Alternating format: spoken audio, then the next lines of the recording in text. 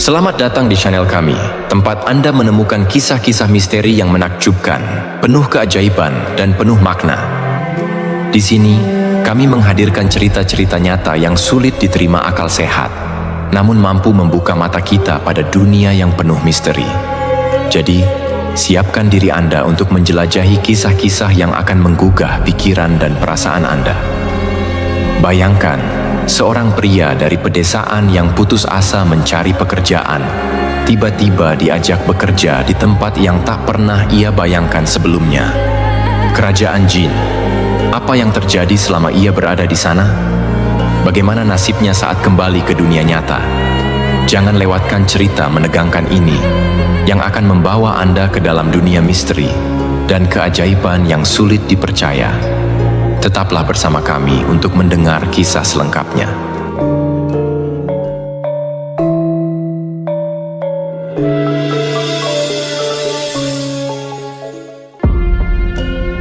Kisah berikut ini menceritakan seseorang yang diajak bekerja di alam kerajaan jin. Cerita misteri kisah nyata ini memang sulit untuk dicerna oleh akal sehat. Namun, kisah ini sungguh-sungguh menimpa seorang manusia. Selama beberapa waktu, ia bekerja dengan tekun sebagai penanam apel di kerajaan jin. Apa yang kemudian terjadi? Pekerjaan di zaman sekarang ini memang sulitnya setengah mati, apalagi bagi orang yang berpendidikan rendah. Nah, gara-gara kesulitan dalam mencari pekerjaan, seorang lelaki penduduk Rancabuaya, Garut Selatan, Jawa Barat, mengaku pernah bekerja di kerajaan jin yang diperkirakan terletak di wilayah Sukabumi Selatan. Pelaku peristiwa ini menceritakan pengalaman anehnya sebelum dirinya jatuh sakit. Tepatnya, ia bercerita secara langsung kepada seorang kakak iparnya, Ustadz Alfandi, penduduk Kampung Cihayam, Desa Slawi, Kecamatan Trogong, Kabupaten Garut, Jawa Barat. Lelaki pelaku peristiwa itu, sebut saja namanya Didin Rasyidin. Ia kini menderita skizofrenia, penyakit jiwa berat, setelah ia gagal mendapatkan harta berlimpah dari hasil kerjanya di kerajaan jin. Ia sempat dirawat di Rumah Sakit Jiwa Cisarua, Lembang, Bandung. Saya mendengar kisah ini langsung darinya, tepatnya beberapa hari setelah ia kembali ke dunia nyata. Cetus Ustadz Alfandi mengawali kisahnya. Kemudian, ia menceritakan pengalaman Didin tersebut berikut penyajiannya yang kami tuturkan dalam bentuk pengakuan. Sudah setahun lebih, aku berusaha mencari pekerjaan untuk menafkahi keluargaku. Pekerjaan apapun, asalkan halal, pasti akan aku jalankan. Tak peduli berapapun upah yang kuterima, aku pasti menerimanya dengan ikhlas. Namun, setelah kesana kemari mencari pekerjaan yang kudambakan, ternyata hasilnya tetap nol besar. Hanya kesedihan dan rasa putus asa yang harus kuterima. Memang di daerah tempat tinggalku banyak pemuda seumurku yang menganggur. Mereka rata-rata hanya tamatan SD, ya, sama seperti diriku ini. Padahal, meskipun umurku baru 20 tahun, aku telah beristri dan beranak satu, si kecil Halimah, yang baru berusia 10 bulan. Kuakui, selama hampir 2 tahun berumah tangga dengan Ida, aku masih menggantungkan belas kasih kepada emak. Namun belakangan ini, ibuku mulai sakit-sakitan di usianya yang paruh baya. Aku menikah di usia belia karena dipaksa oleh calon mertua. Ia tak mau anaknya dibiarkan berlama-lama menjadi perawan tua. Padahal, ketika aku nikahi, Ida baru berusia 14 tahun. Suatu hari, aku dikirimi surat oleh kakak iparku, Kang Suwanta, yang kini tinggal di Bandung. Ia menyuruhku datang ke rumahnya di Jalan Babakan Irigasi. Ia berjanji akan mencarikan pekerjaan untukku di Kota Kembang. Namun, ia meminta agar aku datang sendirian ke rumahnya karena ia mengaku tak bisa menjemputku, sebab katanya sangat sibuk dengan pekerjaannya. Sebagai anak desa, aku belum pernah bepergian jauh, apalagi ke kota sebesar Bandung. Paling banter, daerah yang pernah kujangkau dari kampungku yang jauh di Garut Selatan adalah kota Garut. Aku hanya tahu tentang Bandung dari mulut mertuaku yang pernah tinggal cukup lama di kota itu. Ia sangat bangga bisa tinggal di Bandung, meskipun hanya bekerja sebagai buruh pabrik sepatu di daerah Cibaduyut. Ringkas cerita, kusanggupi tawaran Kang Suwanta. Aku pergi ke Bandung. Setibanya di terminal bus Cicaheum, aku termangu bingung. Menurut Kang Suwanta, kalau sudah di terminal Cicaheum, aku harus naik bus kota jurusan Cibeureum. kemudian nanti berhenti di Jamika. Di sana, katanya aku harus naik angkot warna biru jurusan Elang Ujung Berung dan berhenti di jalan terusan Pasir Koja, tepat di depan gapura yang ada pelang jalan babakan irigasi. Aku harus berjalan kaki beberapa ratus meter, di sanalah Kang Suwanta tinggal. Membingungkan sekali rasanya, apalagi perjalanan panjang dari Garut Selatan menuju Bandung telah membuat tubuhku sangat penat dan perutku keroncongan. Sambil mencoba menenangkan pikiran, aku duduk di bangku kios penjual makanan dan mengisi perutku dengan sepotong pisang goreng. Nah, ketika aku sedang asyik melahap makanan itu, entah dari mana datangnya, tiba-tiba seorang lelaki tua sudah duduk di sampingku. Lelaki tua itu menatapku dengan pandangan yang seolah menyelidiki. Sebagai rasa hormat, kuanggukkan kepalaku sambil berusaha tersenyum. Lelaki berpakaian serba hitam yang umurnya sekitar 60-an tahun itu balas tersenyum. Matanya yang teduh menyiratkan sinar yang aneh, menghujam ke dalam dadaku. Aku terkejut setengah mati karena merasa ditelanjangi oleh tatapan matanya yang aneh itu. Maka perasaan yang ada dalam dadaku seolah-olah sudah terlihat semuanya oleh lelaki misterius itu. Ia kelihatan mengangguk-anggukan kepalanya, seakan sungguh-sungguh mengerti apa yang ada di dalam dadaku. Dia pun mendekat dan bertanya padaku, "Mau kemana, nak? Apa mau cari pekerjaan?" Dugaanku memang terbukti. Dia sungguh-sungguh bisa membaca jalan pikiranku. Aku mengangguk pelan.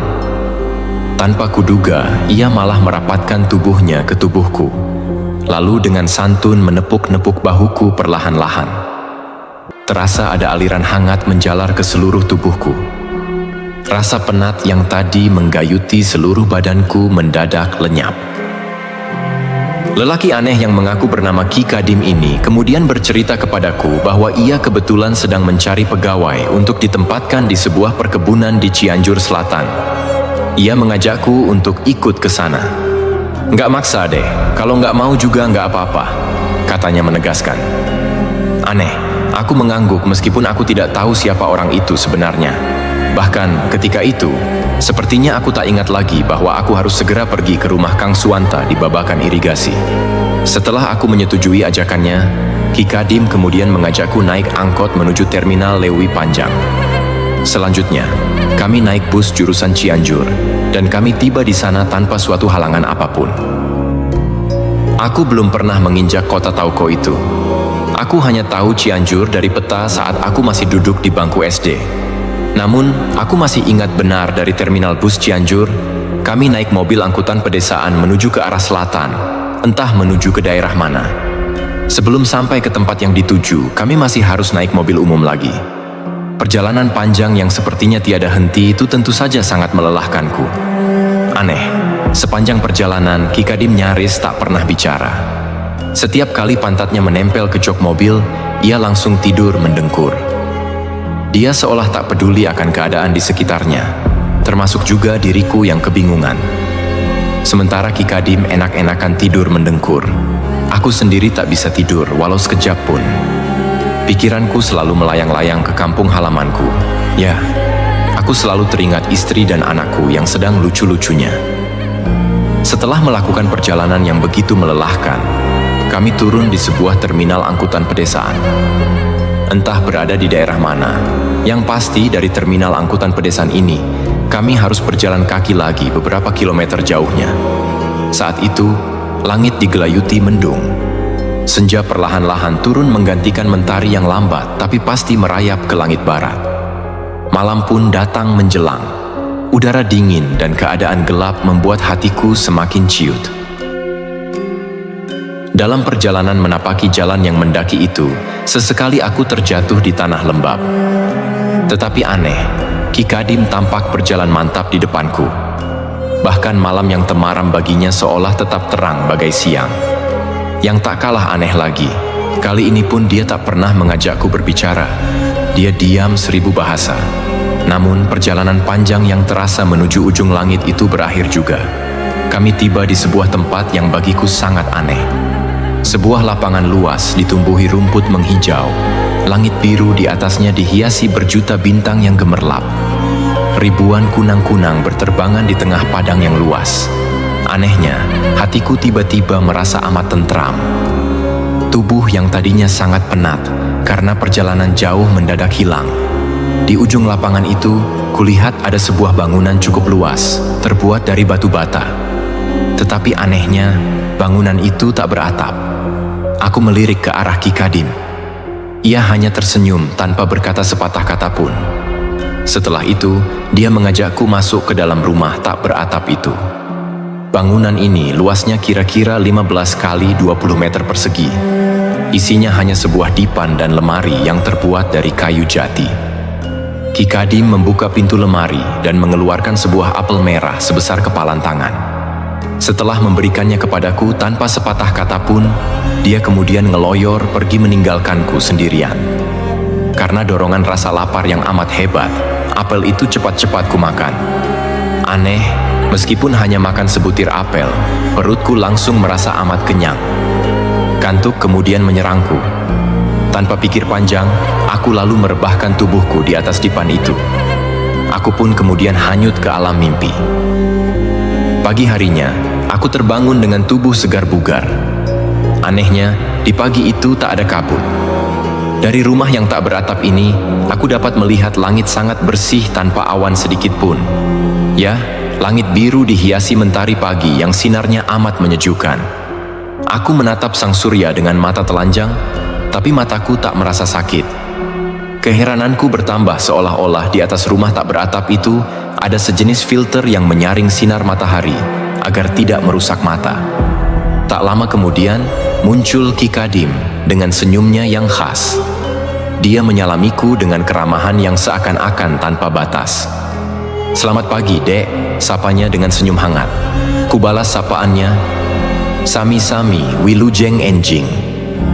Ki Kadim kemudian menggeser lemari yang tak jauh dari dipan tempat tidur semalam. Aku heran bukan main, karena ternyata di balik lemari itu ada sebuah pintu menyerupai mulut gua. Dia mengajakku masuk ke dalamnya. Bagai kerbau dicucuk hidung, aku mengikuti langkah lelaki aneh itu. Ternyata lorong yang kami lalui sangat panjang. Di kiri kanannya penuh mutiara berwarna kuning kemerahan yang menyiratkan cahaya terang. Di dalam gua itu terdapat sungai kecil yang airnya sebening kaca. Kata Ki Kadim, sungai itu bermuara ke laut. Disinilah nanti tempat aku mandi dan buang hajat bila nanti diterima bekerja. Entah berapa lama aku berjalan, akhirnya kami sampai juga ke mulut seberang gua. Aku melongo karena di luar gua itu ternyata ada lapangan luas yang tanahnya kuning kemerahan. Dan nun jauh di sana, ada laut dengan debur ombaknya yang memukau. Mentari pagi pun perlahan-lahan muncul dari ujung laut biru indah, dan kembali mataku merasakan kesejukan dari cahaya bola emas yang mempesona itu. Menurutku, di tempat ini pun ada filter yang menyaring sinar matahari. Ingatanku melayang ke kampungku. Di pagi hari, aku sering pergi ke pantai Rancabuaya yang elok. Aku sering memancing langsung dari bibir pantai dan biasanya aku tenggelam di tempat itu berjam-jam lamanya. Bahkan sampai senja datang menjelang. Ki Kadim menepuk bahuku pelan-pelan. Aku tersipu malu, lamunanku buyar seketika. Tanah lapang yang ada di hadapanku ini sangat luas, tetapi Ki Kadim hanya memberi lahan garapan kira-kira 500 meter persegi untukku. Di tempat ini, aku disuruh menanam apel merah dengan benih yang telah disediakan oleh Ki Kadim. Aku diberi cangkul yang aneh. Benda yang terbuat dari logam keperak-perakan ini sangat ringan. Entah terbuat dari logam apa, aku tak tahu. Hanya ketika cangkul aneh itu kuayunkan ke tanah, nyaris tak ada tenaga yang terkuras. Aneh memang. Kuakui, di kampungku aku sangat jarang menjamah cangkul. Sejak kecil, aku hanya menggembala kerbau milik pamanku. Dan ketika remaja, aku pindah profesi memelihara kambing milik Kang Suwanta. Tetapi kemarau panjang yang menghanguskan rumput-rumput di daerah kami mengakibatkan puluhan ekor kambing yang kupelihara mati. Akhirnya, aku menjadi pengangguran. Hari pertama, dengan penuh semangat, aku mulai mencangkul tanah yang akan ditanami apel merah. Waktu itu, aku hanya diberi sarapan sebutir apel merah dan segelas air putih. Tapi aneh, sampai siang hari ketika mentari berada persis di atas ubun-ubunku, aku tak merasa lapar. Ki Kadim memberiku sebutir apel merah lagi dan aku boleh istirahat beberapa saat lamanya. Selama aku mencangkul, Ki Kadim pergi ke dalam gua. Entah apa yang dikerjakannya di sana. Yang terasa amat aneh, hari itu siang terasa panjang. Menit-menit berlalu begitu lambat. Matahari terus-menerus menatap dengan sinarnya yang lembut, tapi aku tak merasa kepanasan. Bahkan, aku juga tak berpeluh, padahal aku sudah mencangkul berjam-jam. Aneh, cuaca di sini seolah bisa dikendalikan. Sore hari, tugasku selesai, dan malam hari menjelang tidur, aku juga diberi sebutir apel merah. Jadi aku diberi jatah makan apel 3 butir sehari. Hari kedua dan seterusnya, aku kembali mencangkul. Apel merah yang kutanam itu cepat sekali tumbuhnya. Namun aku tak dapat menghitung berapa minggu tanaman aneh itu berbuah. Kata Ki Kadim, apel merah itu adalah makanan putri, salah seorang putri jin dari kerajaan jin yang terletak di tepi sungai Eufrat. Aku tak tahu di mana letak sungai itu, dan selama aku bekerja di kerajaan jin, aku tak pernah melihat manusia selain Ki Kadim. Hanya, kata Ki Kadim, tempat itu sangat jauh, dan Nyi Putri biasanya akan datang ke kebun menjelang apel merah dipanen. Ki Kadim juga menjelaskan bahwa kebun milik Nyi Putri sangat luas, dan kebunnya itu tidak hanya ditanami apel merah saja, tetapi ada anggur, sayuran, dan palawija. Dan setiap orang hanya harus menanam satu jenis tanaman, tidak boleh lebih. Apel merah yang kutanam tumbuh subur. Walau aku tak pernah menggunakan pupuk dan hanya menyiramnya dengan air yang kuambil dari sungai di dalam gua, tanaman apel itu tak pernah kena hama. Bahkan, tak ada daun yang rusak atau buah yang busuk. Anehnya, selama berminggu-minggu aku diam di daerah ini, tak pernah turun hujan. Langit selalu biru bersih tanpa awan, tanpa angin. Matahari tetap bersinar cemerlang, tapi tetap menyejukkan mata. Suatu hari, Ki Kadim memberitahukanku bahwa besok tanaman apel merah itu akan dipanen oleh Nyi Putri. Aku sangat gembira dan juga penasaran ingin segera melihat bagaimana wajah putri jin itu. Malam harinya, aku bermimpi kedatangan seorang gadis yang sangat cantik dengan mahkota bertahtakan mutu manikam dan pakaian dari sutra dewangga yang bertabur emas. Dia menyalamiku, tercium bau harum kasturi dan bunga kenanga dari tubuhnya. Tapi hanya sebentar, setelah itu sang putri menghilang dengan mulut mungil yang mengembangkan senyum yang aduhai. Esok harinya, ketika aku datang ke kebun, aku sangat kaget karena semua buah apel itu sudah lenyap dari pohonnya. Ki Kadim memberitahukan bahwa tadi malam Nyi Putri bersama teman-temannya dari kerajaan jin telah memanen apel merah hasil jerih payahku. Aku hanya termangu. Ringkas cerita, setelah 7 kali apel merah ditanam dan kemudian dipanen oleh Nyi Putri, aku diperkenankan pulang. Namun selama itu aku tak pernah melihat wajah Nyi Putri. Aku juga heran, karena selama aku diam di tempat ini, aku tak pernah ingat anak dan istriku di kampung. Aku sangat rajin bertani. Sebelum pulang, Ki Kadim memberikan sebuah bakul dengan beban yang terasa sangat berat di tanganku. Katanya, itu hadiah dari Nyi Putri sebagai upah ketekunanku selama bekerja di sini. Kubuka tutup bakul itu, jantungku serasa berhenti berdetak. Betapa tidak, karena isi bakul itu ternyata adalah berbagai macam perhiasan yang terbuat dari emas bertabur intan permata. Ki Kadim mengantarkanku sampai ke pintu rumah tanpa atap. Dia hanya wanti-wanti agar selama di perjalanan sampai aku menemukan rumah penduduk, aku tidak boleh melihat ke belakang. Aku hanya mengangguk mengiyakannya. Hatiku berbunga-bunga, betapa bahagianya karena kini aku menjadi orang kaya. Sambil berjalan, aku berkhayal dengan emas dan intan sembakul ini, aku akan menjadi orang terkaya di kampungku, bahkan mungkin terkaya se-Kabupaten Garut. Di saat pulang, aku juga merasa amat aneh, sebab aku berjalan di atas jalan yang beraspal.